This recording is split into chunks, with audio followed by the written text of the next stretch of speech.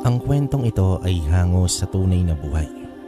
Nangyari ito taong 1955. Walang eksaktong lugar. Isabela.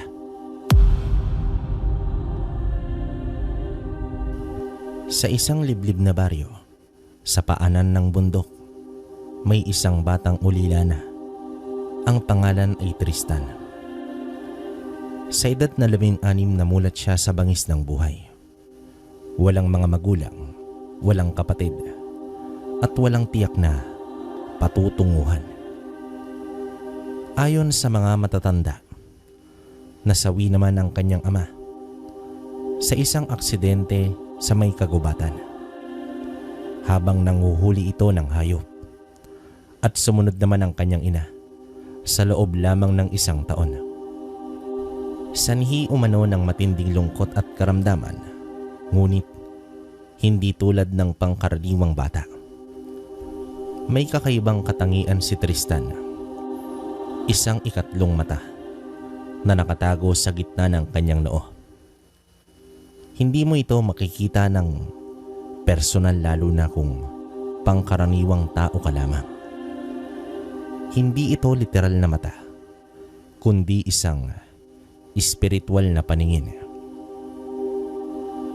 Mula pa sa kanyang murang edad, nakakakita na siya ng mga bagay na hindi maipaliwanag, mga nilalang na ang anyo'y mahirap ilarawan, mga aninong gumagala sa dilim, at mga pangitain ng mga bagay na hindi pa nangyayari. Nang mawalan ng mga magulang, kinupkop si Tristan ng isang matandang albularyo na si Mang Igme. Si Mang Igme naman ay kilala sa buong baryo bilang manggagamot at tagapag-ugnay sa mga espiritu. Isa naman itong matandang payat, may puting balbas at mahaba ang buhok na tila hindi na apektuhan ng paglipas ng panahon. Ngunit sa likod ng kanyang katahimikan at kabaitan, ramdam ng bata na may malalim na kaalaman si Mang Igme sa mundo ng di nakikita. Sa unay tahimik lamang si Tristan sa piling ng matanda. Siya'y tumutulong sa mga gawaing bahay, naglilinis ng bakuran, at tumutulong sa paghalo ng mga halamang gamot. Ngunit unti-unting napansin ni Mang Igme ang kakaibang katahimikan ng bata. Hindi ito tulad ng ibang ulila na dumaan sa kanyang tahanan. Si Tristan ay laging nakatingin sa malayo. Tila may sinusubaybayang hindi nakikita ng iba. Isang gabi noon, habang umuulan ng malakas at kumukulog, dito nagising si Mang Igme sa sigaw ni Tristan. Iyo, ayos ka lang ba? Tanong naman dito ng matanda habang binubuksan ang ilawan. May nakita po ako, isang babae, duduguan, sa tabi ng ilog. Nakatingin siya sa akin. Parang humihingi siya ng tulong. Hingal naman dito ni Tristan. Basang-basa ito ng pawis. Hindi mo na kailangang matakot, Tristan. Iba ka sa lahat. Ipinanganak kang may paningin sa di karaniwang mundo. Hindi na nagtanong pa si Mang Igme. Bagkus, kinuha niya ang isang bote ng langis at pinahiran ang noo ng bata. Mula noon, nagsimula na ang kanilang mas malalim na ugnayan. Tinuruan ni Mang Igme si Tristan ng tungkol sa mga anito, mga laman lupa, engkanto at mga masasamang espiritu. Tinuruan din siyang bumasa ng mga palatandaan sa paligid, maging ang paggalaw ng hangin, ang mga tunog sa gabi, ang mga galaw ng hayop at ang mga sining ng panggagamot. Gamit naman ang likas na yaman ng kalikasan. Ngunit habang lumalalim ang kaalaman ni Tristan, mas lalo niyang naiintindihan ang bigat ng kanyang kakayahan. Hindi lamang siya nakakakita ng mga nilalang. Nakakaramdam din siya ng mga hinagpis, galit at pagdurusa ng mga ito. Isa sa mga hindi niya makakalimutang karanasan ay noong nakita niya ang isang matandang tikbalang sa ilalim ng punong balete. Hindi naman ito nananakit, kundi nakaupo lamang, hawak ang isang lumang rosaryo. Bakit po kaya siya umiiyak? Tanong ni Tristan kay Mang Igme. May mga nilalang na minsan naging tao. Hindi lahat ng nilalang ay masama. May ilan na naligaw, may ilan na isinumpa. Kaya't kailangan mong matutong kumilatis. Paliwanag naman dito ng albularyo. Sa pagdaan ng mga taon, naging mas sensitibo ang ikatlong mata ni Tristan. Nakakakita na siya ng mga pangitain, mga eksenang hindi pa nangyayari ngunit tiyak na magaganap. Isang araw habang siya'y nag-iigib ng tubig, bigla naman siyang natigilan. Sa harap ng kanyang paningin, nakita niya ang baryo. Puno ito ng apoy. Ang mga tao'y nagsisitakbuhan. At mula naman sa may kagubatan, ang mga nilalang na may mahabang kuko at purong puting mga mata. Tumatakbo siya pauwi naman kay Mang Igme. Lolo Igme, may mangyayari pong masama. Nasusunog ang baryo sa pangitain ko. May mga nilalang mula sa gubat. Tahimik naman dito si Mang Igme habang pinakikinggan siya nito. Ang nakita mo ay maaaring babala, Tristan. Hindi pa huli ang lahat. Ngunit hindi mo na kayang pigilan itong mag-isa. Iyon ang unang beses na dinala siya ni Mang Igme sa isang lihim na lugar. Isang kuweba ito sa likod ng bundok kung saan nakatago ang isang altar na puno ng mga lumang anting-anting, balisong at ang mga sinaunang aklat. Dito niya ipinaalam kay Tristan ang totoo. Ikaw ang supling ng isang makalumang lahi, ang mga tagapagbantay. May tungkuling kang panatilihin ng balanse sa pagitan ng mundo ng tao at daigdig ng mga nilalang. Ako po? Hindi makapaniwalang tugon dito ni Tristan. Oo, iyo. At ang panahon ay dumarating na. Kailangang handa ka. Sagot naman dito ng matanda. Simula noon, sinanay siya ni Mang Igme, hindi lamang sa gamit ng mga halamang gamot, kundi pati na rin sa pakikipaglaban. Tinuruan siyang gumamit ng sibat na may talim na gawa naman sa itim na bakal.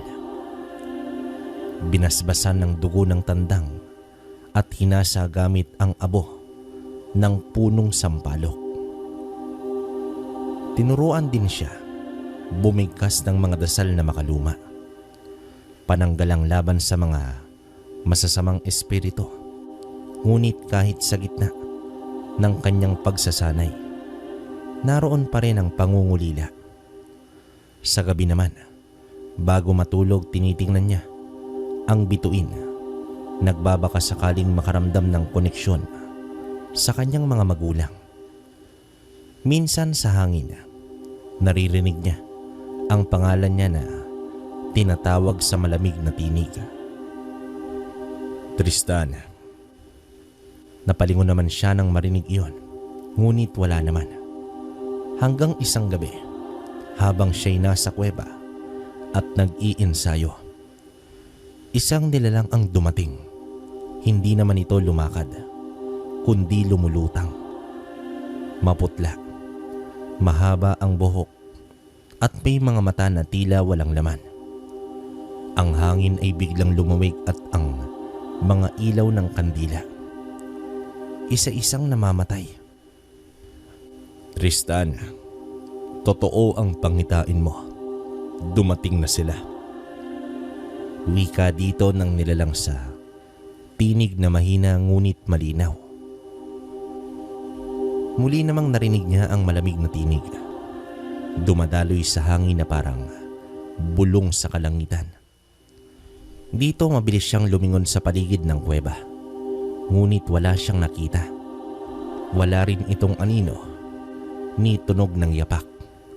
Tangi ang may hinang talsik ng ulan sa bibig ng kuweba at ang pagaspas ng dahon sa labas ang maririnig mo. Hawak-hawak pa ni Tristan ang maliit na talisman na gawa sa balat ng ahas at may inukit na mga sinaunang simbolo. Pinagmasdan niya ang paligid at ang altar, ang mga lumang anting-anting na kumikislap sa liwanag ng ilawan. Ngunit unti-unting namatay ang apoy. Para bang may pumukaw sa lakas nito. Napuno ng kilabot ang kanyang katawan. Tumayo ang balahibo sa kanyang batok. Kung sino ka man, magpakita ka! Sigaw niya naman rito. Lumakad siya papalabas ng kuweba. Ngunit pagkalabas niya, isang nakakasilaw na liwanag ang biglang bumungad sa kanya. Napatras ito. Napapikit sa tindi ng sinag sa kanyang harapan. Akala niya ay araw iyon. Ngunit ito'y kakaiba sapagkat hindi mainit. Mainit sa mata, ngunit malamig sa balat. Para bang nagmumula sa ibang daigdig. Dahan-dahan niyang iminulat ang kanyang mga mata. Sa gitna ng liwanag, may isang bagay na unti-unting bumabagsak mula naman sa langit. Parang bulalakaw ito, ngunit hindi ito naglalagablab. Sa halip, ito'y isang sinag ng purong liwanag at sa kanyang pagkabigla, may anyo itong unti-unting nabubuo habang papalapit sa lupa. Pagbagsak ng liwanag sa lupa, isang malakas na alingaw-ngaw ang umalingaw-ngaw sa buong kagubatan. Yumanig ang lupa at tumilapon paatras si Tristan sa lakas ng pagyanig nito. Napatiyaya naman siya sa may damuhan. Humihingal. Nanginginig nang tumingin siyang muli. Nakita niya itong isang espada. Tumarak ito sa lupa sa gitna ng bilog na nasunog na damuhan. Wari isang tanda na banal ang pinagmulan. Ang espada'y nagliliwanag. Ang hawakan ay inukitan ng mga simbolo na hindi niya mabasa. At ang talim nito ay kumikislap ng kulay asul at puting liwanag. Hindi ito ordinaryong armas. Alam niya agad na ito ay merong kapangyarihan. Habang nakatitig siya rito, may isa pang anyong unti-unting lumilitaw sa harap ng espada. Isang imahe ng nilalang na may pakpak. Isang nilalang na hindi makamundo. Isang anghel. Ang nilalang ay may anyo ng tao. Matangkad, matikas at may mukha na hindi mo malilimutan. Maputla ang kutis nito, ngunit maliwanag. Animoy pinanday sa sinag ng buwan. Ang kanyang mga mata ay tila sumasalamin sa bituin at ang kanyang tinig ay parehong mahina at makapangyarihan. Tristan, anak ng liwanag, ikaw ang napili. Wika naman dito ng anghel. Napako naman ang binata sa kanyang kinatatayuan. Hindi siya makakibo. Ano po ang ibig ninyong sabihin? Mahina niyang tanong rito. Ang espada na nasa iyong harapan ay hindi basta-basta. Ito ay ang espadang banal ng bantay panahon. Isang sandatang matagal nang itinago mula sa mata ng tao. Isang beses lamang itong ipinagkakaloob sa isang taong may dalisay na puso, matatag ang loob at may mata upang makita ang katotohanan sa likod ng dilim. Matapos magwika ng anghel, tumingin si Tristan sa espadang nakatarak. Kumislot ang kanyang palad. Tila tinatawag siya ng liwanag nito. Ngunit isa pa lamang akong ulilang bata. Wala po akong lakas na tulad ng iba. Hindi ko alam kung kaya ko ito. Pag-aalangan naman dito ni Tristan. Ang tunay na lakas ay hindi nasusukat sa katawan o armas. Ito'y nagmumula sa puso. Ang iyong ikatlong mata ay hindi lamang isang biyaya. Ito rin ay isang sumpa. Kung hindi mo ito gagamitin sa tama, ngayon, dapat mong pagdesisyonan. Haharapin mo ba ang iyong kapalaran o tatalikuran mo ito? Wika naman dito ng anghel. Napatingin naman si Tristan sa kanyang kamay. Naalala niya ang mga nilalang na kanyang nakita. Ang matandang tikbalang, ang dugo ang babae sa ilog, ang mga aninong gumagala sa gabi. Naalala niya rin ang kanyang pangitain, ang nasusunog na baryo, ang mga nilalang na dumarating mula sa may kagubatan. Ito na ang pagkakataon. Lumapit siya sa espada. Habang papalapit, unti-unting humupa ang liwanag, na para bang tinatanggap siya nito. Nang ilagay niya ang kanyang kamay sa hawakan, isang init ang dumaloy mula sa espada patungo sa kanyang katawan. Ngunit ito'y hindi masakit. Ito'y kaaya-aya. Tulad ng yakap ng isang ina. Sa isang iglap, ramdam niya ang enerhiya ng daan-daang taon. Parang may mga boses na bumubulong, nagtuturo at gumagabay. Mabilis niyang hinugot ang espada. Tumigil ang hangin. Nawala ang liwanag. Ang imahe ng anghel ay unti-unting naglaho, ngunit naiwan ang kanyang huling mga salita. Ikaw ang tagapagbantay. Gamitin mo ang liwanag upang labanan ang dilim. Tandaan mo, hindi ka nag-iisa. Wika ng anghel. Nakatayo lamang si Tristan. Hawak ang espadang kumikislap pa rin sa kanyang mga kamay. Parang may koneksyon ng sandata sa kanyang kaluluwa. Alam niya naman na hindi na siya basta ulila lamang. Siya ay may layunin. At sa kanyang puso, may apoy na unti-unting lumalagablab. Sa kanyang likuran, naramdaman niyang may tao paglingon niya. Naroon si Mang Igme. Nakasuot ng kanyang lumang balabal. Ngunit ang mukha nito'y seryoso at tila alam ang lahat ng nangyayari. Nakita mo na ang iyong kapalaran. Wika naman dito ng matanda. Kaya lang, Lolo Igme, ano po ba ang dapat kong gawin ngayon? Tanong naman dito ni Tristan. Simulan mo ang paghahanda. Hindi pa tapos ang pangitain. Paparating na ang dilim at ikaw, Tristan, ang huling liwanag na magliligtas sa atin. Sagot dito ng albularyo. Nang hinugot ni Tristan ang banal na espada mula sa lupa, tila'y nabuksan ang isang pinto, hindi lamang sa kapangyarihang taglay ng sandata, kundi pati na rin sa isang panibagong yugto ng kanyang buhay.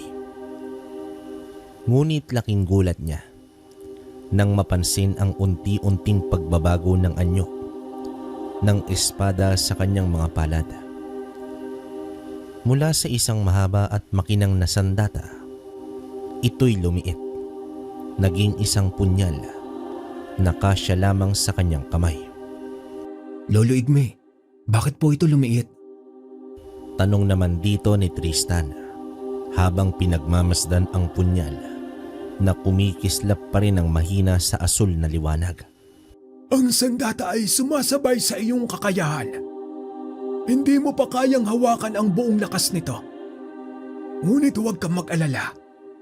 Darating ang panahon na muling lilitaw ang tunay nitong anyo kapag ikaw ay handa na. Sagot naman dito ng albularyo.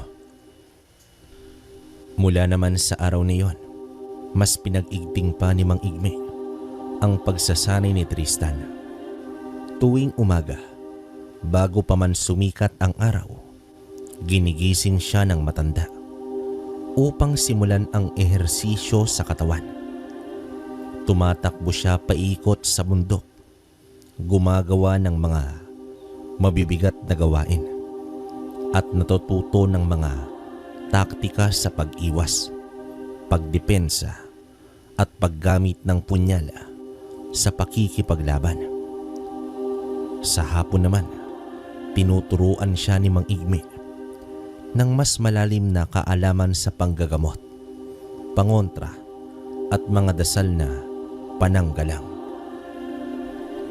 Pinabibigkas sa kanya ang mga sinaunang orasyon. Pinapapikit at pinapakiramdaman ang enerhiya ng kalikasan. Tinuruan siyang makinig sa bulong ng hangin, basahin ang kilos ng mga hayop at maintindihan ang mga senyales ng espiritu. Ang tunay na tagapagbantay ay hindi lamang marunong lumaban. Dapat siyang marunong makinig, umunawa at kumilos na may karunungan. Wika naman dito ng matanda. Ngunit habang lumalalim ang kanyang kaalaman, dumarami rin ang kanyang mga panaginip. Halos gabi-gabi, pinahihirapan siya ng mga pangitain, mga nilalang na lumalabas mula sa dilim, mga matang nagbabantay mula sa anino, mga kaluluwang sumisigaw sa sobrang sakit. Minsan ay napapabalikwas siya sa gitna ng gabi, hingal na hingal, pawisan at hindi makagalaw. Isang gabi, nakita niya sa kanyang panaginip ang buong baryo na naliligo sa apoy. Ang mga bata ay umiiyak, ang mga matatanda ay wala namang magawa, at mula sa gubat ay lumalabas ang isang nilalang na may katawan ng tao ngunit may muka ng hayop.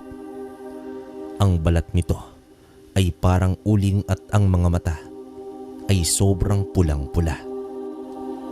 Tumayo ito sa ibabaw ng bundok at sumigaw ng mga salitang hindi niya maunawaan. Nang lingunin siya ng nilalang sa panaginip na iyon, parang binutas ang kanyang kaluluwa. Pagkagising niya, napaiyak naman siya, hindi dahil sa takot lang, kundi sa bigat ng pangitain. Pakiramdam niya, hindi siya sapat, isang batang wala pa sa hustong gulang. Inaasahang iligtas ang mundo ng isang sakunang hindi niya lubusang maintindihan. Mali yata ito. Hindi ko kaya. Bulong niya sa kanyang sarili. Nakita niya naman si Mang Igme na nakaupo sa may gilid ng silong. Nakayuko ito at tila pagod na pagod sa bigat ng emosyon. Tristan, ang tunay na lakas ay hindi nangangahulugang hindi ka natatakot. Ang lakas ay yung tumatayo kahit nanginginig. Lumalakad kahit punong-puno ng pag-aalinlangan. Isa kang bata, oo. Pero sa puso mo, naroon ang tapang ng isang mandirigma. Tawag naman dito ng matanda. Ngunit hindi naging madali ang mga sumunod na araw. Isang umaga, habang nagsasanay siya sa paggamit ng punyal, Bigla siyang dinalaw ng matinding takot. Para bang may presensya sa paligid na hindi niya makita. Nang lingunin niya ang kanyang anino, gumalaw ito kahit hindi siya kumilos. Tumayo ito mula sa lupa at naging anyong tao. Maitim, walang muka at may ngiting nakakatindig balahibo. Pinilit ni Tristan na sumigaw, ngunit walang tinig na lumalabas sa kanyang bibig. Tumakbo siya, ngunit tila biglang naging malambot ang kanyang mga tuhod. Dito lumuhod siya sa lupa, umiiyak. Dumating si Mang Igme at agad siyang niyakap. Inilabas nito ang isang palad ng asin at inihagis sa anino. Sa isang iglap, naglaho ang nilalang kasabay ng hangin na parang humagulgol. Ang takot ay kayang gumawa ng sarili nitong anyo. Kapag pinabayaan mong kainin ka nito, doon siya nagiging totoo. Paliwanag pa dito ng albularyo. Mula noon, bukod sa pisikal at espiritual na pagsasanay, pinatibay din ni Mang Igme ang loob ni Tristan. Binigyan siya ng mga pagsubok upang harapin ang kanyang sarili. Pinapapasok siya nito sa loob ng madilim na kuweba upang magdasal ng mag-isa. Pinapaliguan ng malamig na tubig tuwing madaling araw at minsan ay pinapatulog sa ilalim ng puno ng balete kung saan malapit sa presensya ng mga engkanto. Sa bawat pagsubok, dumarating ang takot, ngunit unti-unting natuto itong si Tristan na hindi ito takasan kundi tanggapin. Sa panahong iyon, natutunan din niyang pakinggan ang punyal.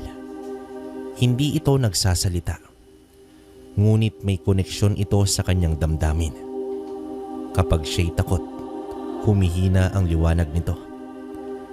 Kapag naman siya'y panatag, lalong kumikislap ang talim nito. At kapag siya'y puno ng determinasyon, naglalabas ito ng init na tila nag-aanyaya sa isang laban. Isang gabi, habang nasa gitna sila ng pagsasanay sa kagubatan, isang aswang ang biglang sumalakay. Mabilis ang nilalang, may mahabang kuko at matatalas na ngipin. Dito napasigaw si Tristan sa gulat, ngunit hindi siya umatras. Hinugot niya ang kanyang punyal at sa kanyang pagkabigla, lumaki ito. Hindi tulad ng unang espada, ngunit sapat upang maging sandata ng isang mandirigma. Sumugod naman dito ang aswang.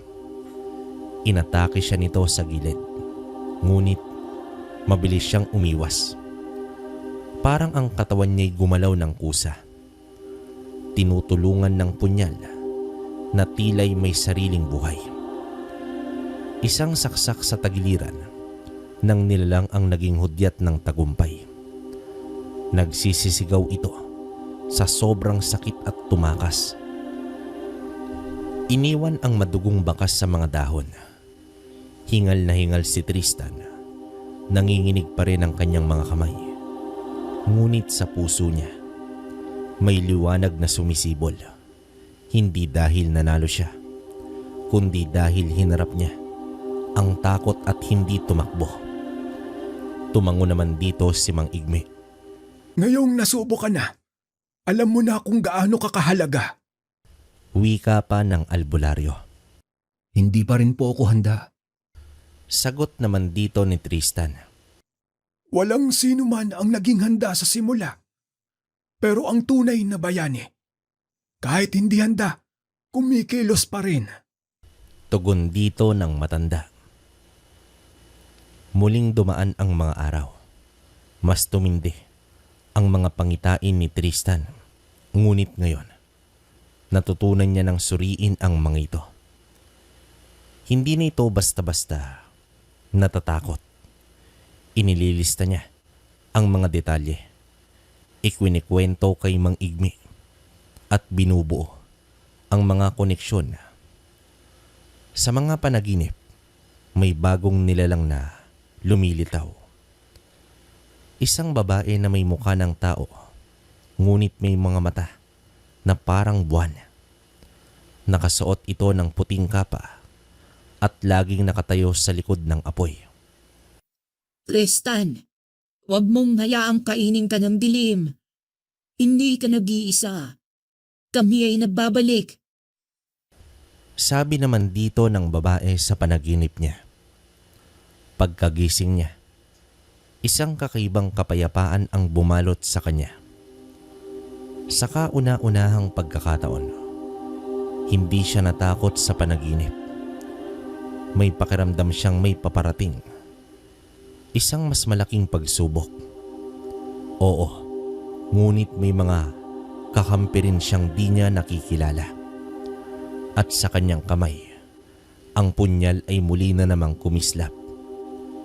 Nang muli niyang makita ang punyal, ay may kakaiba siyang naramdaman. Kumislap ito ng walang dahilan. Isang bigla ang sulyap ng liwanag na waring sumasayaw sa talim nito.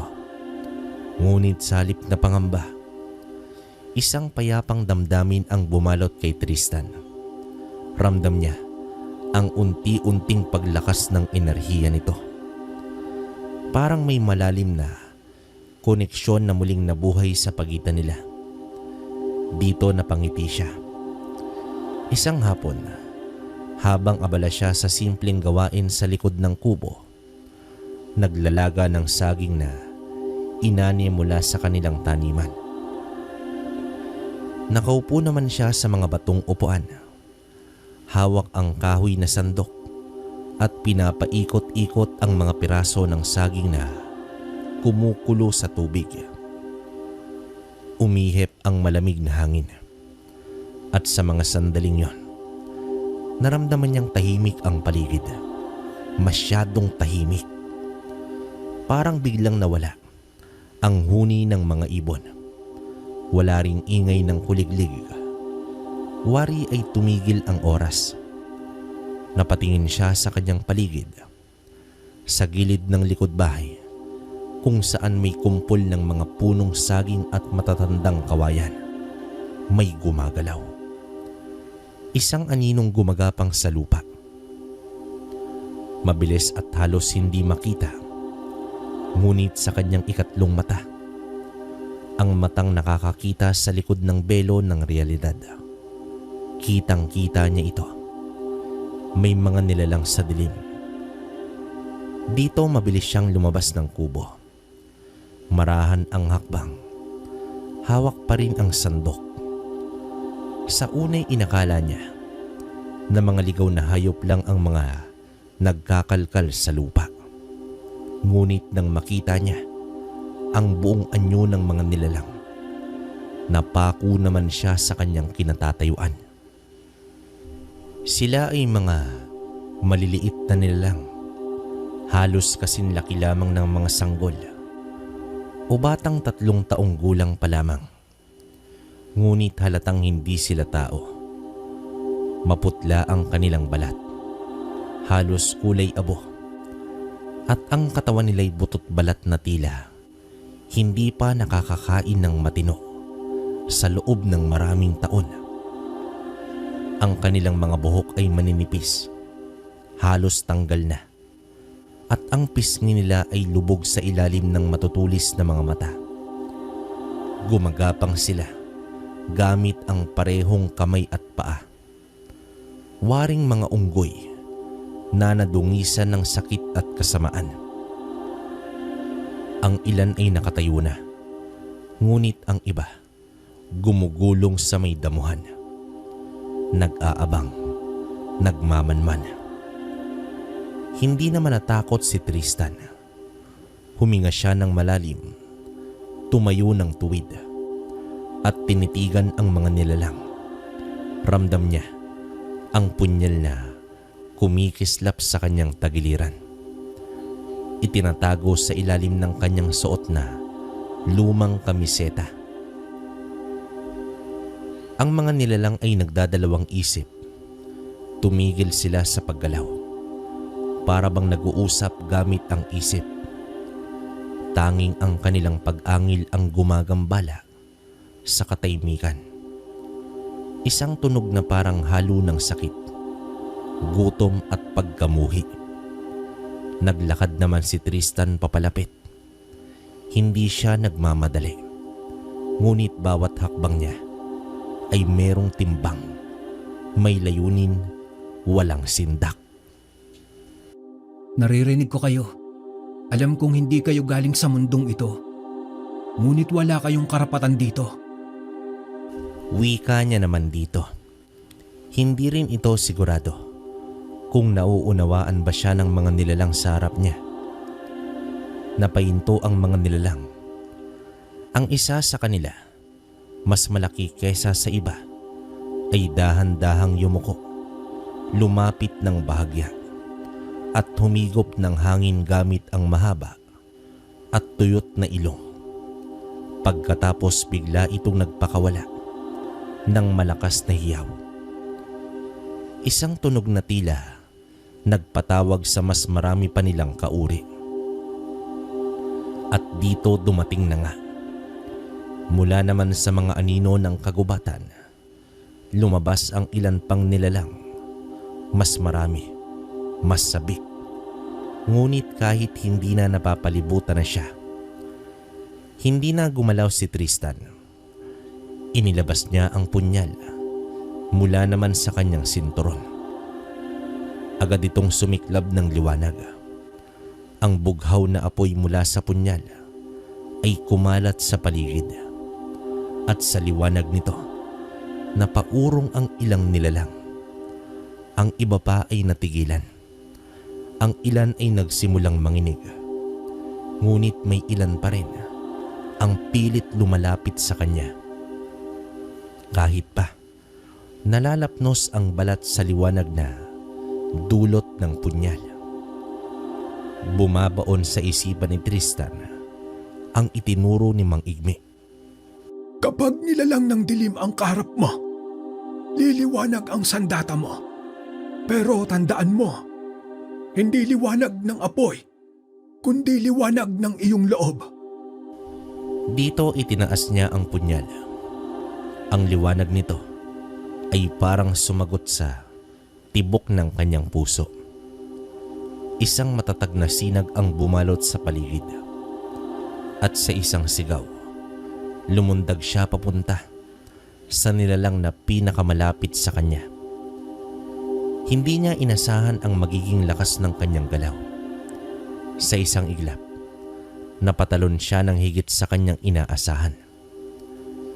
Isang pag-ikot ng katawan, isang mabilis na saksak sa hangin at ang punyal ay tumama sa nilalang na parang nadurog sa mismong sinag ng liwanag. Isa-isang umatras ang mga natitirang nilalang. Ang ilan ay gumapang palayo. Ang iba ay nagsimulang sumigaw sa isang wikang hindi niya maintindihan.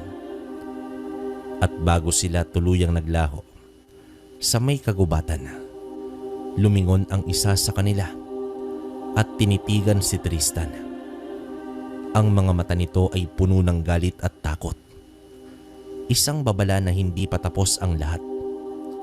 Pagkatapos ng pangyayari, umupo si Tristan sa tabi ng palayok ng nilagang saging. Hinihingal ito, ngunit hindi naman sugatan. Nanginig ang kanyang mga kamay, hindi sa takot, kundi sa bigat ng lakas na kanyang nagamit. Hindi nga nagtagal, dumating ang matandang albularyo.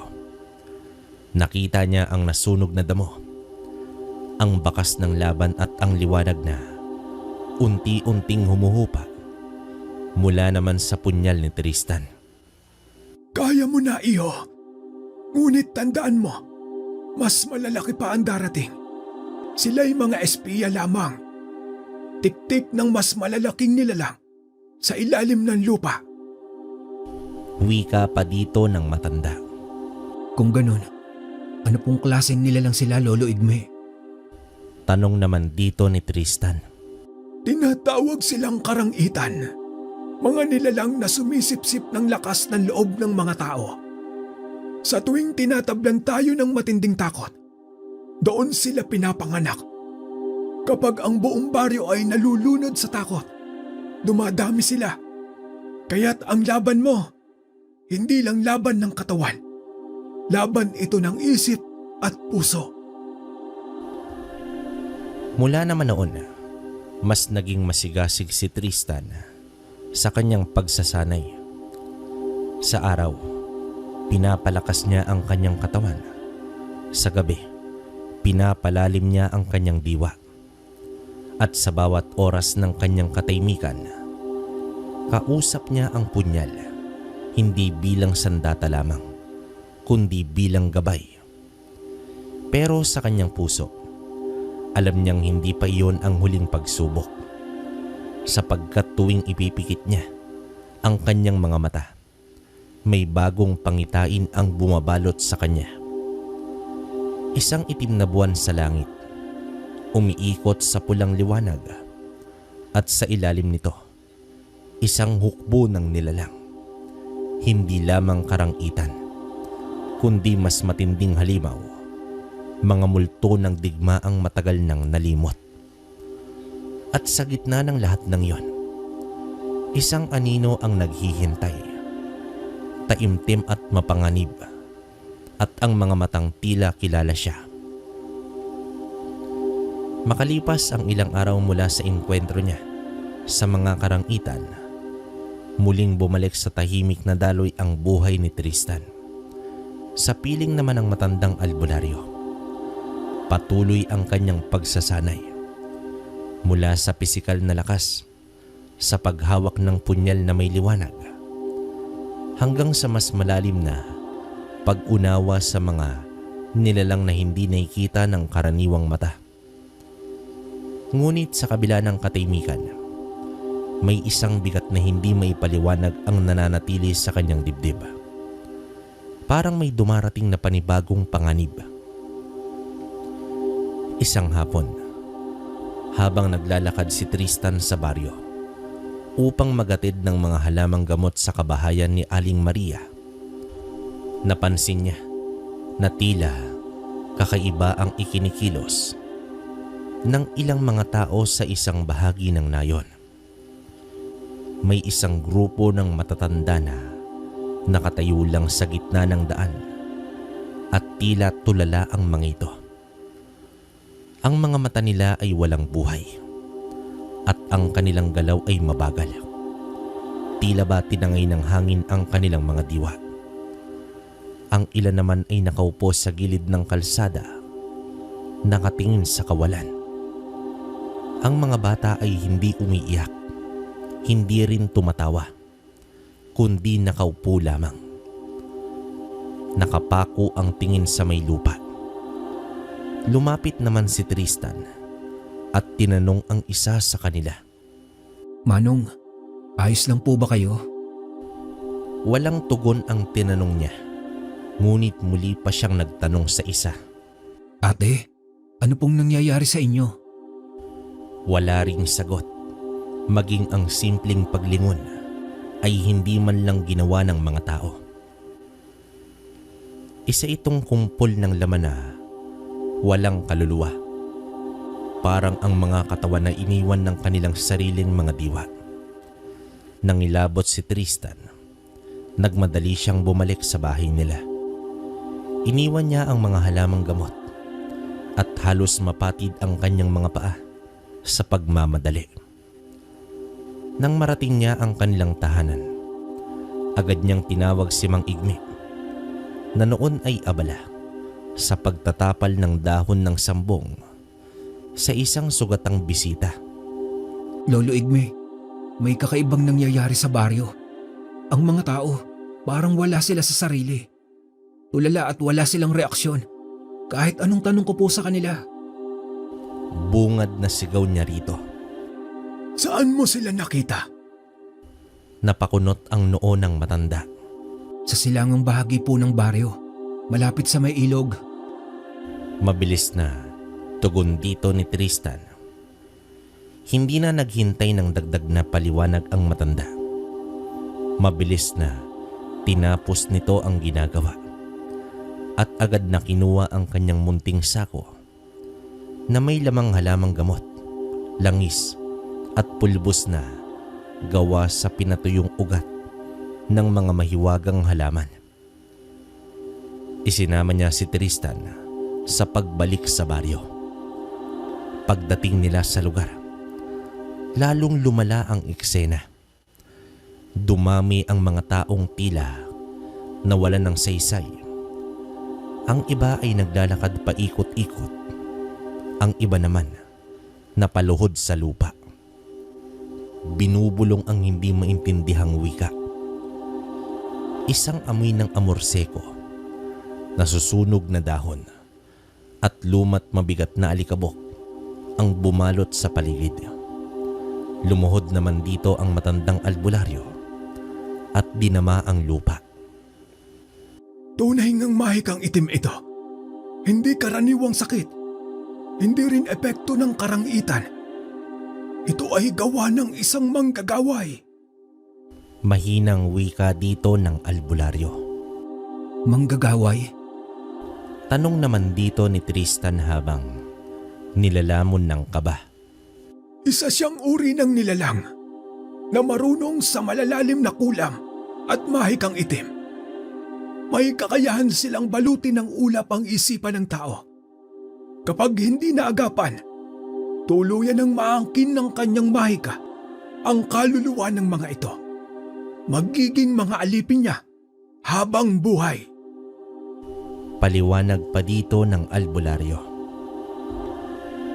Hinugot ni Mang Igme ang isang bote ng langis mula naman sa may sako at pinahiran ang noo ng isa sa mga tulalang babae.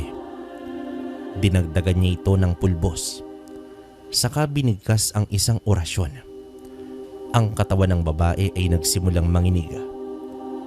Sa isang iglap, napasigaw ito at natumba.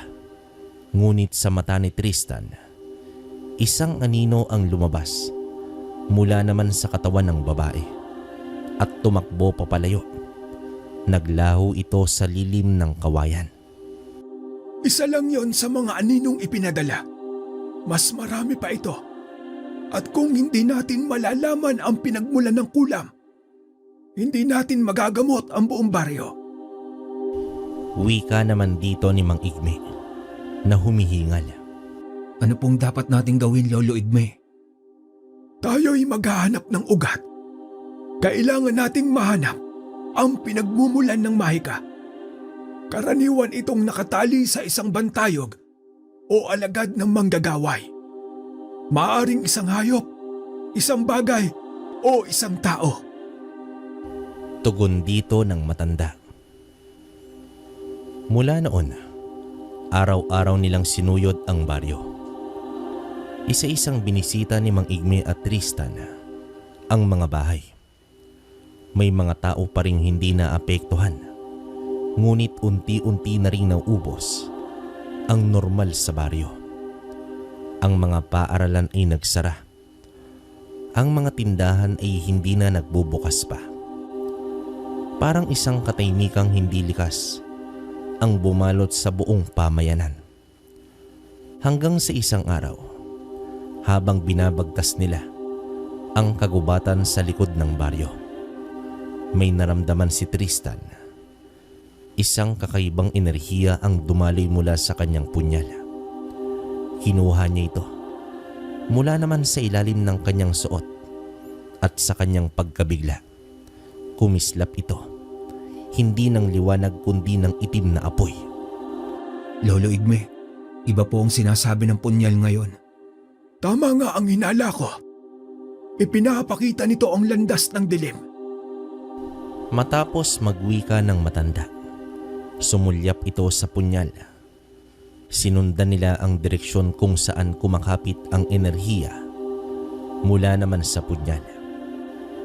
Humantong sila sa isang lumang balon. Matagal nang pinabayaan. Dati itong sinasabing may engkanto, kaya naman walang lumalapit. Ngunit ngayon, mas matindi ang enerhiya na nagmumula rito. Paglapit nila sa balon, nakita nila ang mga palamuting gawa sa mga buto ng hayop na nakasabit sa paligid. May mga dahon at papel na may sulat sa wikang hindi pamilyar. Sa ilalim ng balon ay may liwanag, kulay lila, gumagalaw na parang alon. Sa wakas, ito na ang pugad ng manggagaway. Bulong naman dito ng matanda. Walang sabi-sabing inilabas ni Tristan ang punyal. Ngunit ng sandaling yon, ang punyal ay parang nag-aalangan. Para bang may pumipigil sa kapangyarihan nito. Hindi mo siya matatalo ng basta-basta. Ang manggagaway ay nakatali sa kasaysayan ng bayang ito. Kailangan natin ng anito upang basagin ang ugnayan niya sa lupa. Pero nasaan po ang anito, Lolo Igme? Hindi mo hahanapin. Ikaw ang magiging daan upang ito'y mabubuhay muli. Pero papaano po? Tanging ikaw na may mata sa likod ng laylayan ng mundo ang makakatawag sa anito. Sa tulong ng punyal, sa gabay ng iyong loob at sa lakas ng loob mong maniwala. Paliwanag pa dito ng albularyo. Umupo naman si Mang Igme sa harap ng balon. Pinatong ang palad sa lupa at nagsimulang bumigkas ng isang sinaunang dasal. Si Tristan naman ay pumikit. Itinaas ang punyal at tumawag sa loob ng kanyang isip. Anito ng lupa at langit, ng gabing may buwan, ng liwanag sa dilim. Dumating ka, ipagkaloob mo sa akin ang liwanag ng katotohanan. At doon sa gitna ng katahimikan, bigla namang umalunignig ang hangin. Mula sa lilim ng mga punong matanda na, isang sinag ng gintong liwanag ang bumaba. Dahan-dahan, unti-unting lumilitaw ang isang anyo ng matandang babae. May bulok na kasinlabo ng hamog at mga matang malalim ang tingin. Siya ay may hawak na baston na yari naman sa kahoy ng puno ng balete at meron itong kalapate sa balikat. Ang anito! Bulong dito ni Mang Igme. Tinuro ng anito ang balon. Mula sa kanyang baston ay lumabas ang sinag na tumama sa ilalim ng balon. Gumulong ang lupa. Naglalagablab ang mga palamuti at sumabog ang lilat itim na enerhiya mula naman sa kailaliman. Isang matinis na sigaw ang sumabog. Waring boses ng isang lalaki na pinagsama-sama ang galit at sakit. Ang manggagaway! Bulong naman dito ni Tristan. Ngunit bago pa man makalabas ang nilalang mula sa balon, itinaas ng anito ang kanyang kamay at nilapat ang liwanag sa punyal ni Tristan. Bigla naman itong nagliyab ng puting apoy. Ngayon bata, basagin mo ang tanikala. Sabi naman dito ng anito sa isip ni Tristan. Sa isang sigaw, tinalon ni Tristan ang gilid ng balon at itinarak ang punyal sa sinag ng kadiliman. Pumutok ang liwanag. Nabingi naman siya sa lakas ng tunog at ang hangin ay tila sumabog sa lahat ng direksyon. Isang malakas na puwersa ang nagpadapa sa kanya at sa kanyang mata nakita niya ang itim na usok na umahon mula sa balon. Sumigaw ng huling pagkakataon at tuluyang naglaho. Sa mga sumunod na araw, unti-unting bumalik ang ulirat ng mga tao sa baryo. Isa-isa silang bumangon, parang galing sa malalim na panaginip. Marami ang nagtaka, maraming umiyak, ngunit lahat ay ligtas.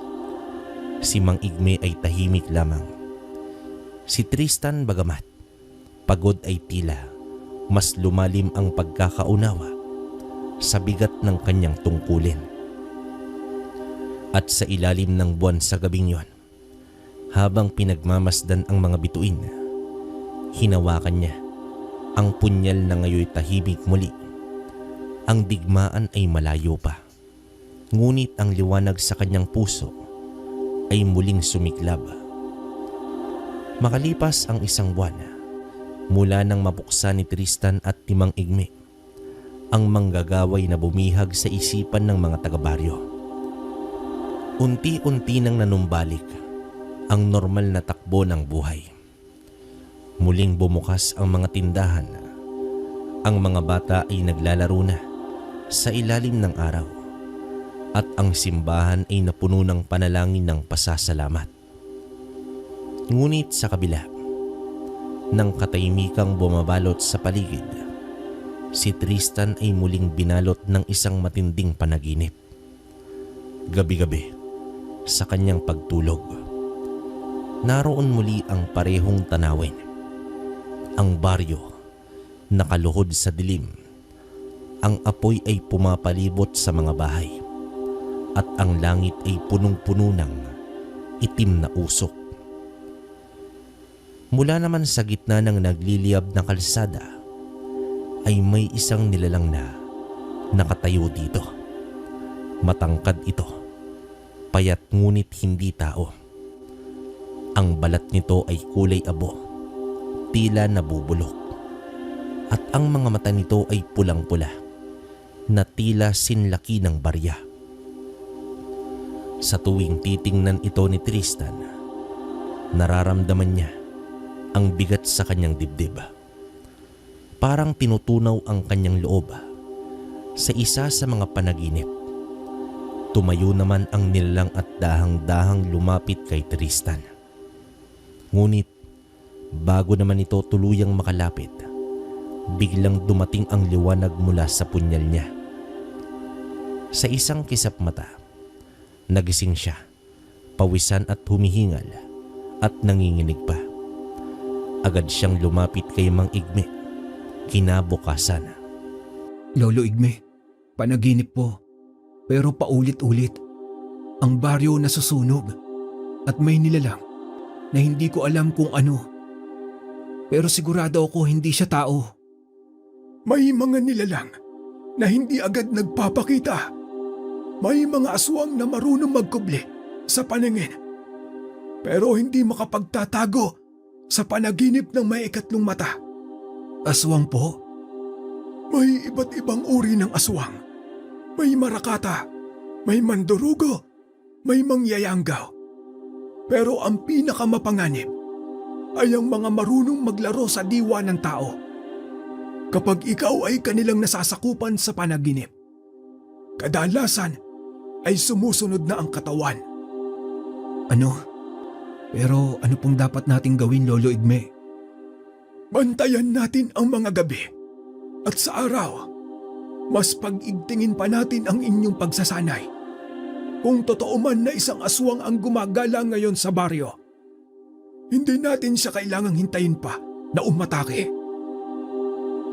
mula noon, muli na namang naging masinsinan ang kanilang gawain. Sa umaga, pinag-aaralan ni Tristan ang mga halamang ginagamit panlaban sa dilim, gaya ng bawang, dahon ng lagunti, luya, at puno ng bargas. Sa hapon naman ay tinuturuan siya ni Mang Igme ng mga orasyon at pagbuo ng mga pangontra. At sa gabi, magkaagapay silang dalawa sa pagbantay sa paligid. Ngunit sa kabila ng lahat ng paghahanda, isang gabi may nangyari habang ang buong baryo ay tahimik na natutulog. May isang sigaw na pumunit sa katahimikan. Dito mabilis na tumakbo ang dalawa, patungo naman sa pinagmulan ng sigaw. Isa sa mga nanay sa baryo, si Aling Puring, umiiyak sa harap ng kanyang bahay. Sa loob, nakita nila ang bata niyang anak na si Lito. Nanginginig, malamig ang katawan at may 2 malalim na sugat sa balikat. Aswang to, pero hindi siya kinagat ng nilalang. Kinunan lang siya ng lakas. Bulong dito ng matandang albularyo. Agad niyang inutusan si Tristan na kunin ang langis ng niyog na may halong abo ng palaspas at ipahid ito sa sugat ng bata. Samantalang si Mang Igme ay nagsimulang bumigkas ng isang panalangin. Nagsindi siya ng insenso at ang usok nito ay gumapang sa paligid. Sa loob ng usok, nakita ni Tristan ang anino ng isang nilalang na tumatakbo paalis sa may bubungan. Lolo, nandun po siya sa may bubong. Wika naman dito ni Tristan at nakaturo sa bubong. Hindi na sila nag-aksaya ng panahon. Si Tristan, sa tulong ng kanyang punyal, ay tumakbo sa direksyon ng nilalang. Hindi niya ito lubos na makita, pero ramdam niya ang presensya nito. Mabigat, nakakalason. Ang mga halaman sa dinadaanan ng nilalang ay tila nalalanta. Sinundan nila ito hanggang sa kagubatan sa may silangan. Doon, sa ilalim ng punong balete, may lungga. Tahimik ito ngunit sa hangin ay may bahid ng dugo at bulok na laman. Dito siya nakatago. Ngunit hindi siya natin dapat pasukin ngayon. Kailangan natin ng mas malakas na proteksyon. Bulong dito ng albularyo. Kinabukasan, ipinatawag ni Mang Igme ang matatanda sa baryo. Pinaalalahanan silang muli tungkol sa mga pananggal laban sa aswang. Ang pagsabit ng bawang sa pinto, paggamit ng asin sa bintana, at paghanda ng itim na kandila sa gabi. Si Tristan naman ay pinayuhang wag lumaban mag-isa. Ngunit sa kanyang puso, alam niyang siya ang nilalapitan ng nilalang sa panaginip. At ang apoy sa kanyang guni-guni ay hindi basta pananakot. Ito ay isang babala. Isang linggo pa ang lumipas at sa araw-araw na lumilipas, may 1 o 2 tao sa baryo ang nagkakasakit na walang paliwanag. Malalakas na tao, ngunit bigla na lang pinanghihinaan. Lumalabo ang mata at nawawalan ng ulirat. Alam na ng lahat na nandyan pa rin ang aswang. Hanggang isang gabi, habang nagbabantay si Tristan sa itaas ng bahay, biglang kumislap muli ang kanyang punyal. Ngunit kakaiba ang liwanag. Ito'y kulay pula, mainit, parang nag-aapoy sa kanyang palad. Sa direksyon ng ilog, nakita niya ang isang nilalang na dahang-dahang lumalapit sa isang bahay. Nakalugay ang buhok nito. Ang katawan ay payat na parang kalansay at ang dila nito mahaba at tumutulo ang laway. Hindi na ito nag-isip pa. Tumalon siya mula sa bubong at tumakbo. Bitbit ang punyal. Sumugod siya sa nilalang. Ngunit sa kanyang paglapit, biglang nagbago ang anyo nito. Mula naman sa isang babaeng naging isang malaking panike na ang pakpak ay may laman na ugat sa dulo. Sumugod ito kay Tristan, ngunit hindi naman siya umatras. Isang sigaw mula sa kanyang dibdib ang binitawan niya. Sa ngalan ng liwanag, lumabang ka sa akin. Dito itinarak niya ang punyal sa katawan ng nilalang. Isang malakas na sigaw ang narinig niya. Niyog-yog ng hangin ang paligid at sa uling iglap, ang nilalang ay nagliyab. Nagmistulang abo sa ere at tuluyang naglaho. Bumalik si Tristan sa bahay. Pagod, sugatan ngunit ligtas. Hinintay siya ni Mang Igme sa may pintuan. Isang uri ng aswang ang natalo mo. Ngunit tandaan mo, Tristan, hindi lahat ng dilim ay agad na lumalaban. May ilan na tahimik na lumalason. At ang mga iyon ang mas mapanganib. Wika naman dito ng matanda. Tumingala naman si Tristan sa langit. Alam niyang hindi pa tapos ang laban. Marami pa siyang kailangang harapin.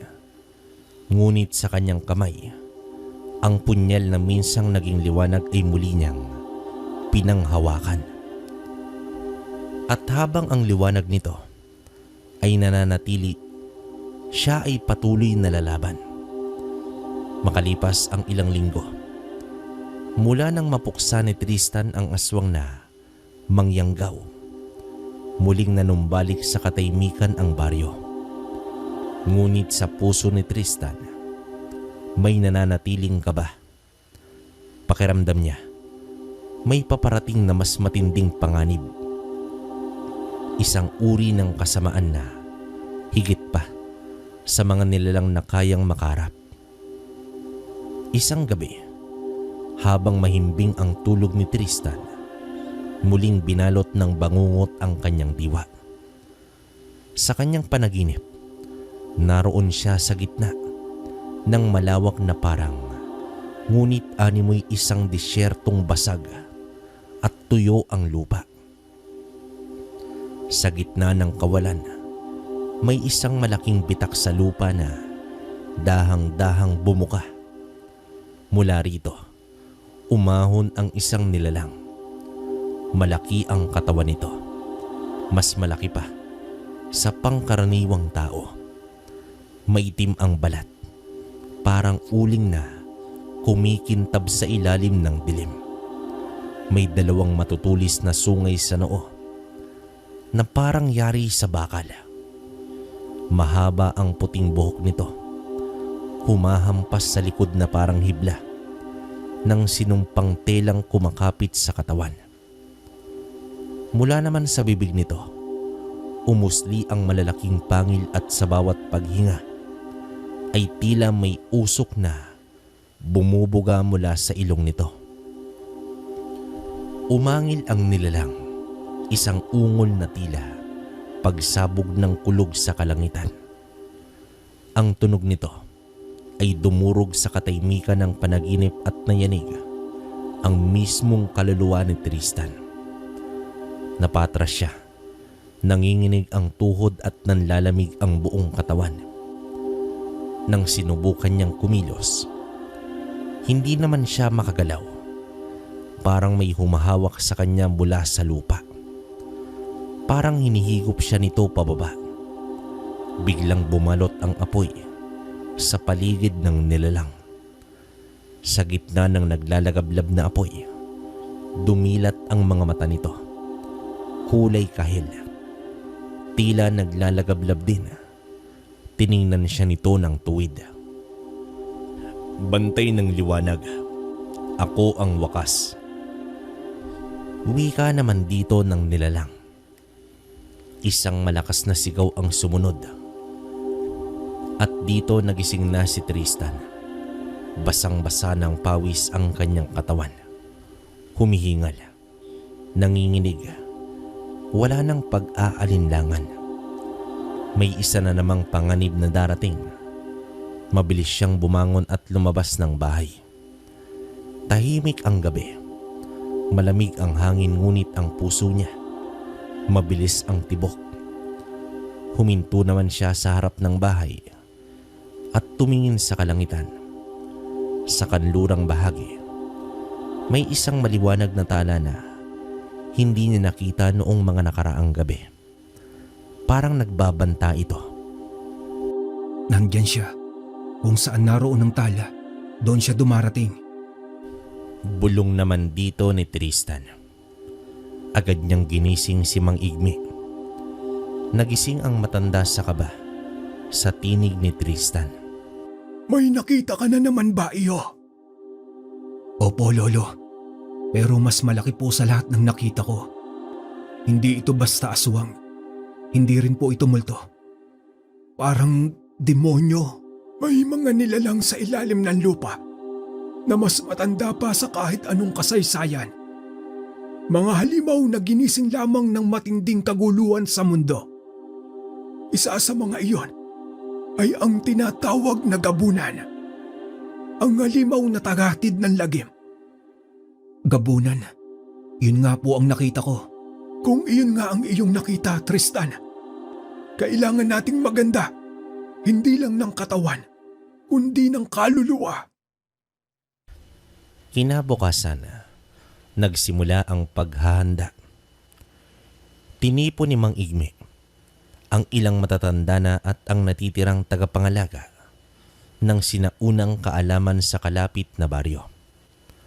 Sa bahay ng matanda, sinimulan nila ang pagtitipon para sa isang ritual ng pagtanaw upang kumpirmahin ang banta. Pinagtabi ang 3 punyal na may ukit ng sinaunang baybayin. Sinunog ang 7 uri ng halamang gamit lamang sa ritual ng pagsilip sa hinaharap. At dito binigkas ang orasyon ng 3 magbubunyi. Umikot ang usok sa kwarto. At doon, nakita ng lahat ang parehong imahe. Ang gabunan ay umahon. Nakatanim ang 2 paa sa kabundukan at ang mga kamay nito parang higanting sanga na unti-unting inaabot ang baryo. Sa kanyang likod ay may mga aninong sumusunod. Mga nilalang na tila na himlay ng 100 taon. Ngayon ay muling nagising. May digmaan na paparating. At si Tristan ang nasa gitna nito. Wika naman dito ng albularyo. Muli namang sinanay si Tristan, ngunit hindi lamang sa orasyon at gamot. Sa pagkakataong ito, isinabak siya sa mas espiritual na pagsasanay. Tinuruan siyang pumasok sa malalim na konsentrasyon upang tumingin sa likod ng laylayan ng mundong pisikal. Sa isang panaginip habang nasa ilalim ng ritual, muling humarap sa kanya ang gabunan. Ang liwanag ay matagal ko nang nilalamon.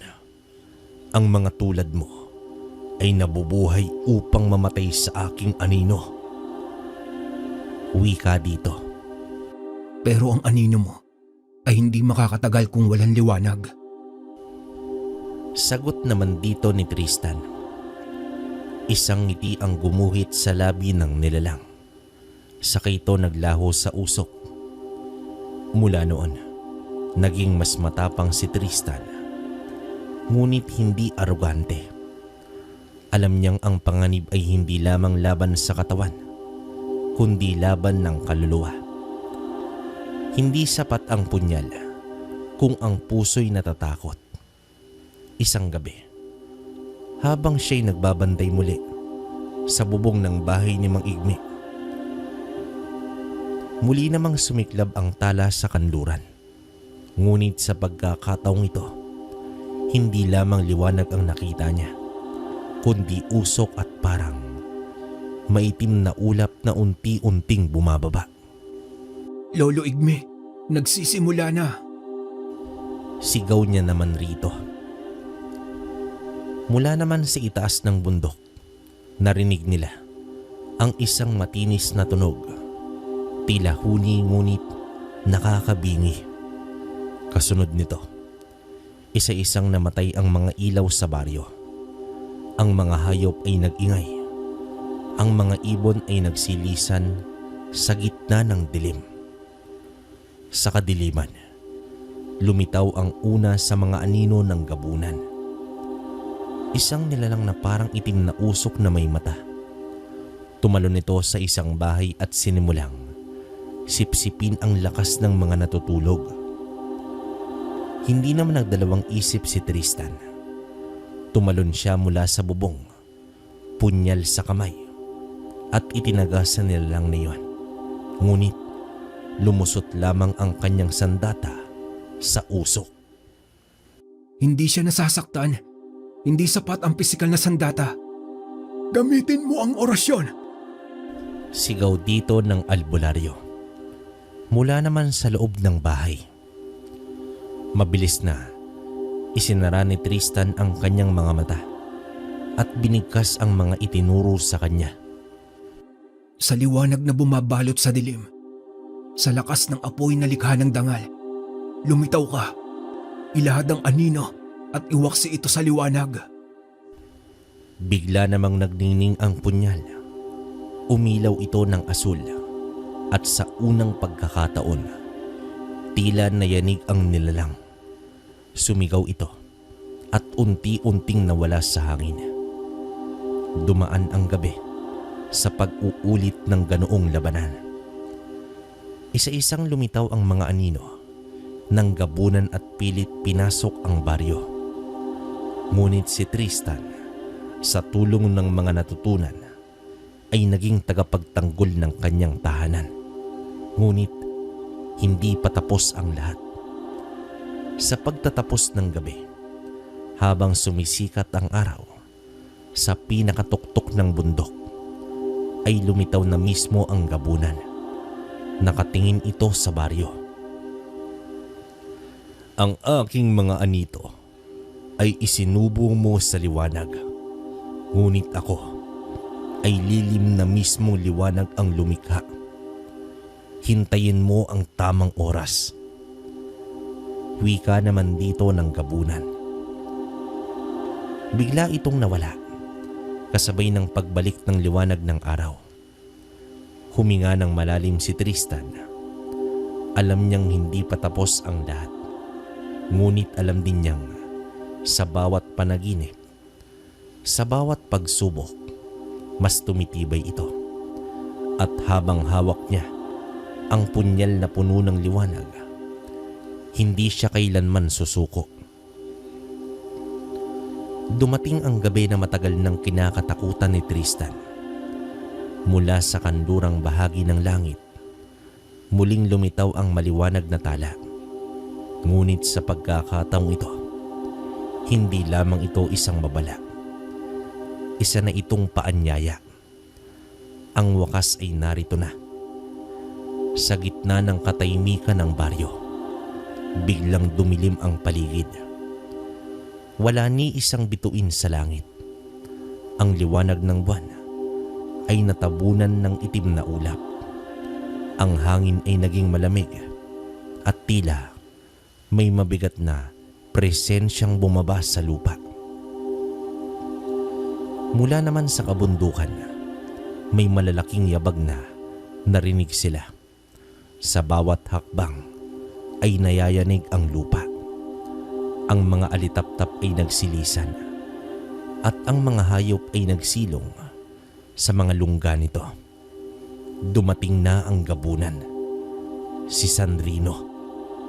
Tristan, ihanda mo na ang espada. Panahon na! Sigaw dito ng albularyo habang iniaabot ang isang palayok na may langis ng banato. Hawak ang punyal na ngayon muling nag-anyo bilang espada ng liwanag. Tumayo naman si Tristan sa gitna ng kalsada. Sa harap niya, mula sa usok at anino, lumitaw ang dambuhalang katawan ni Sandrino. Malaki pa rin ito tulad sa panaginip niya. Itim ang balat, may dalawang sungay at malauling na kaliskis sa katawan. Ngunit ngayon, mas lalong mabagsik ang anyo nito. May nakapaligid na mga aninong nilalang sa kanyang paanan. Mga dating tao na sinakop na ng kanyang dilim. Tristan, ikaw ang huling liwanag. Kapag ikaw ay nabura, wala nang pipigil pa sa anino. Wika naman dito ni Sandrino. Ang boses nito ay parang dagundong. Hindi naman sumagot ang bata. Sa halip, tinaas niya ang espada na ngayoy nagliliyab ng asul na apoy. Sa isang iglap, lumundag si Sandrino at bumagsak sa lupa sa harap niya na may bigat na tila lindol. Sa unang sagupaan, tumama ang kamao ng gabunan sa lupa. Ngunit mabilis itong iniwasan ni Tristan. Umikot siya at tinaga ang braso ng nilalang. Kumislap ang liwanag ng espada. Dito napasigaw si Sandrino, ngunit mabilis itong bumawi. Hinampas niya si Tristan gamit ang buntot na mahaba na may tinik. Tumilapon ang batang mandirigma at bumagsak ito sa isang puno. Ngunit hindi siya agad sumuko. Mabilis siyang bumangon, bagamat may dugo na sa kanyang noo at pilipisan. Hindi mo ako matatalo, Halimaw. Dahil ang liwanag ay hindi kailanman magpapasakop sa anino. Muling sumalakay si Sandrino. Ang mga kuko nito ay tila kutsilyo. Tinamaan si Tristan sa balikat at napaluhod siya. Ngunit bago pa siya masundan ng halimaw, dito binigkas niya ang orasyon. Sa ngalan ng liwanag na bumabalot sa anino, magsiwalat ka ng iyong tunay na anyo. At ng mga sandaling iyon, parang napaso si Sandrino. Umatras ito at unti-unting lumabas ang mga bitak sa kanyang balat. Sa mga bitak na iyon, umaagos ang usok ng mga kaluluwang bihag niya. Hindi mo ko Ngunit bago matapos ang kanyang sinabi, tumalon si Tristan. Buong lakas na itinaas ang espada at isinaksak ito sa gitna ng dibdib ng gabunan. Isang malakas na alingaw-ngaw ang sumabog. Nayanig ang paligid. Sumigaw ang mga aninong nilalang at mula sa sugat ni Sandrino, lumabas ang liwanag.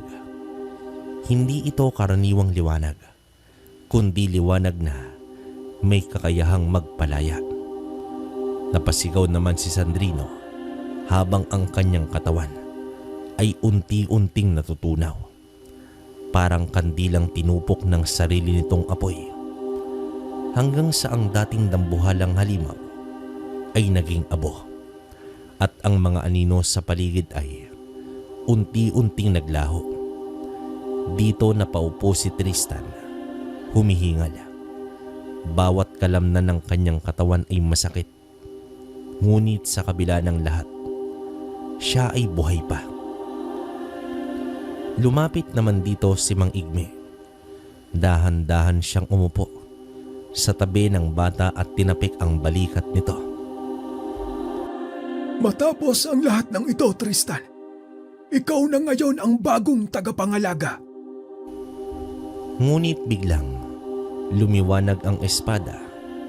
Nagsalita ang tinig mula sa langit, ang parehong tinig na una niyang narinig sa kuweba. Ang liwanag ay nanalo ngayon, ngunit ang dilim ay hindi kailanmang tuluyang nawawala. Mananatili ang banta sa bawat sulok ng mundo. Ngunit habang may tulad mong tagapangalaga, hindi kailanman magwawagi ang kadiliman. Dito nagningning ang espada at dahang-dahang lumiit muli. Naging punyal. Itinago ito ni Tristan sa kanyang bewang.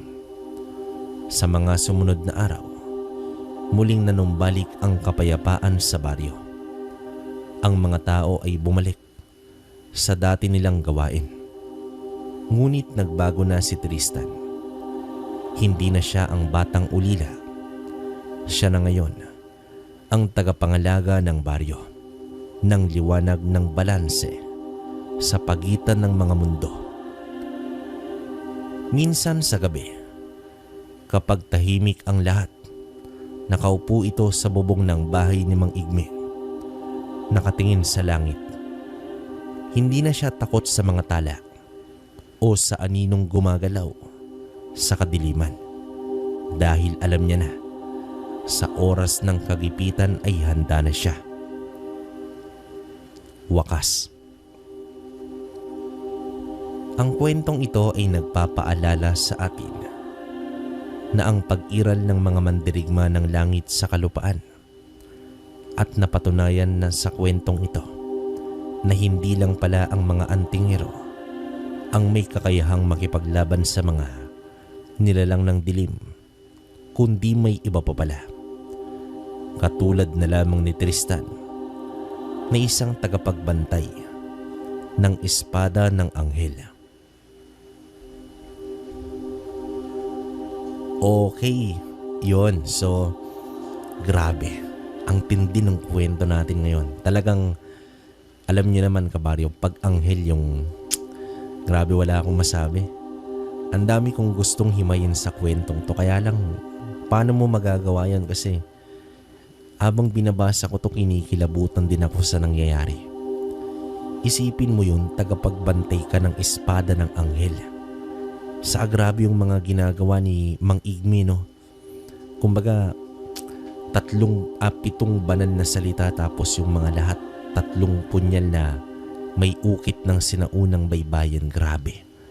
Hindi ko lang masasabi kung salitang Espanyol, pero malamang sa malamang ganun. Saka yun nga, yung aswang na karangitan, yan, bago sa akin yan. Yan yung parang ang sabi rito, sumisip-sip ng lakas. Grabe.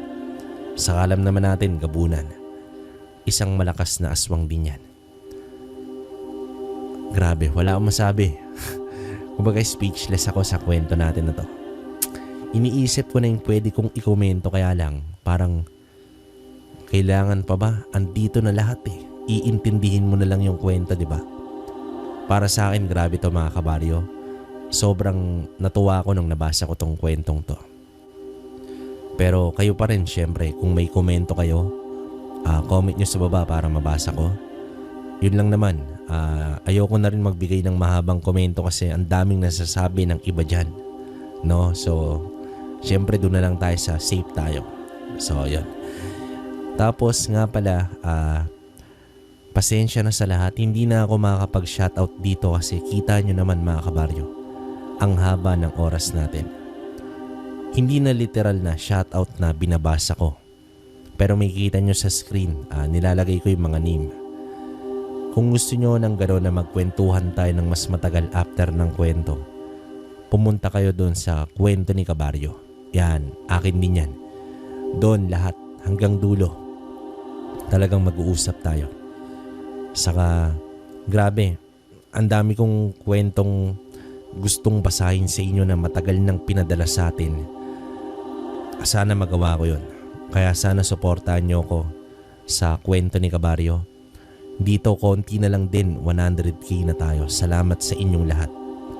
Alam nyo naman na kundi dahil sa inyo, wala tong channel natin. Tapos dun sa mga may pending ako na gamit sa, alam nyo na yun, hintayin nyo lang ngayong linggo. Darating na sa inyo. Siguro yun na yung huli ko na pagpapalimos kasi ang dami nagagalit sa akin na iniisip nila ini-scam ko sila. Pasensya na mga kabaryo. Hindi ko sisirain yung pangalan ko sa ganung halaga. Meron din tayong kausap na mas malaki pa yung halaga. Actually, sobrang laki rin nun. Kausap ko rin. Pero okay naman siya. Pangatlong beses niya nang kumuha. Meron din pangalawa.